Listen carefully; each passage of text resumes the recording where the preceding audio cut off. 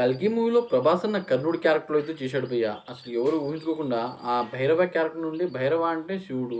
మరి కర్ణుడి క్యారెక్టర్ చేశాడు భయ్య. అసలు కర్ణుడు అంటే ఎవరు? కర్ణుడు ఈ ఈ మూవీలో ఎందుకొచ్చాడు? దాని గురించి అయితే ఈ వీడియో అయితే చేస్తున్నాను భయ్య. పూర్తి డీటెయిల్‌గా వినండి. మ్యాటర్ ఏంటంటే కర్ణుడు ఎవరంటే మనకి కురుక్షేత్ర యుద్ధం అయితే మనకి పక్కాకైతే అందరికి దాదాపు అయితే తెలుసు.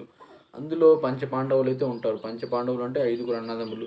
వాళ్ళ అమ్మ పేరు కుంతి. కుంతి ఫస్ట్ కొడుకనమాట. అంటే తనకొక వరం ఉండేది.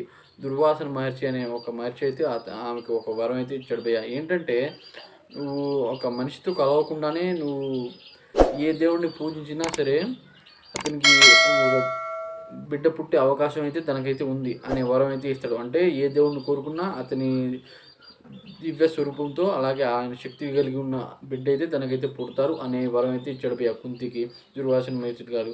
అలా ఫస్ట్ అనమాట చిన్న వయసు తనకి కనీసం 16 ఏళ్ల వయసు ఉంటుంది. ఆ క్షణంలో తను అసలు ఈ మంత్రం ఫలిస్తుందో లేదో అని టెస్ట్ అయితే సూర్యుడి మీద అయితే చేస్తుంది భయ్య. సూర్య భగవానుడి మీద. అయితే సూర్యుడు ప్రత్యక్షమై తనకైతే బిడ్డ అయితే ప్రత్యేకిస్తాడు భయ్య. అంటే తనకు ఫస్ట్ కొడుకు కర్ణుడి కొడుకు. అంటే కర్ణుడు అయితే సూర్యభగవాను వాడికి కొడుకు అనమాట. పుట్టేస్తాడు. అయితే కాసేపు బాగానే ఆడుకుంటుంది ఆ పిల్లోడితో కుంతి. తర్వాత ఆలోచిస్తాను తను ఒక రాజకుమారి అనమాట. ఇలా పిల్లవాడితో పోతే మాత్రం ఇంటి వాళ్ళు చాలా అంటే చాలా తిడతారు. మరియు రాజకుటుంబం గల పెళ్లి కాకముందు ఇలా ఉంటే ఎలా అని చాలామంది అయితే చెబుతారని దానికి కారణంగా ఆమె ఒక బంగారపు ఉయ్యాల తయారు చేసి నీళ్ళలో వదిలేస్తుంది. పుట్టగానే అన్నమాట కర్ణుడు కవచకుండరాలతో బంగారం రంగులో అయితే ఉన్నాడు భయ్య. కవచకుండలాలతో శరీరం మొత్తం ఇనుముతోనే. అంటే బంగారం అంటే ఏ అస్త్రమైనా సరే దానిని చీల్చలేదు. అలాంటి కవచకుండలాలతో అయితే పుడతాడు. దివ్య స్వరూపంగా అయితే పుడతాడు భయ్య కర్ణుడు.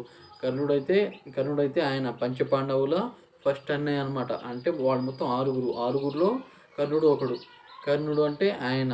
అయితే 'కల్కి' మూవీలో అయితే ఆయన క్యారెక్టర్ అయితే ఉంది. అంటే 'కల్కి' పార్ట్ 2లో అనమాట ఆయన పూర్తి డీటెయిల్ విషయాలు మొత్తం చూపిస్తారని నేనైతే అనుకున్నా భయ్య. కానీ కర్ణుడి క్యారెక్టర్ మన ప్రభాస్‌ని చేస్తున్నాడంటే అసలు వేరే లెవెల్.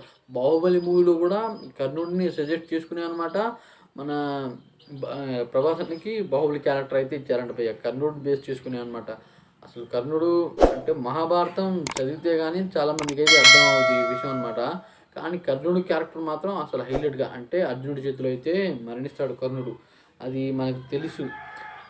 అంటే ఆ సిట్యుయేషన్ మామూలుగా అయితే ఉండదు భయ్య. అసలు కృష్ణుడు అర్జునుడి క్యారెక్టర్‌లో అయితే విజయ్ దేవరకొండ అయితే వచ్చాడు భయ్య 'కల్కి' మూవీలో.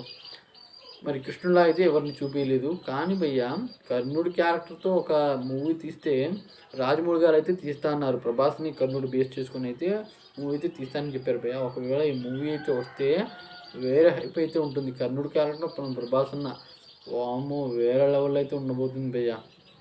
కర్ణుడైతే ఈయనైతే చంపుతాడు. ఇప్పుడు మనకి 'కల్కి' మూవీలో కూడా అదే చూపించారు భయ్య. ఇదైతే విషయం భయ్య. కర్ణుడైతే ఈయన. కర్ణుడు అంటే మామూలోడు కాదు. అతని అతని వజ్రాయుధం మరియు ఆ స్టోరీ మహాభారతం చదివితేనే అర్థమవుతుంది. నేను చెప్పేదానికన్నా ఇంకా ఇంట్రెస్టింగ్‌గా అయితే ఉండబోతుంది భయ్య.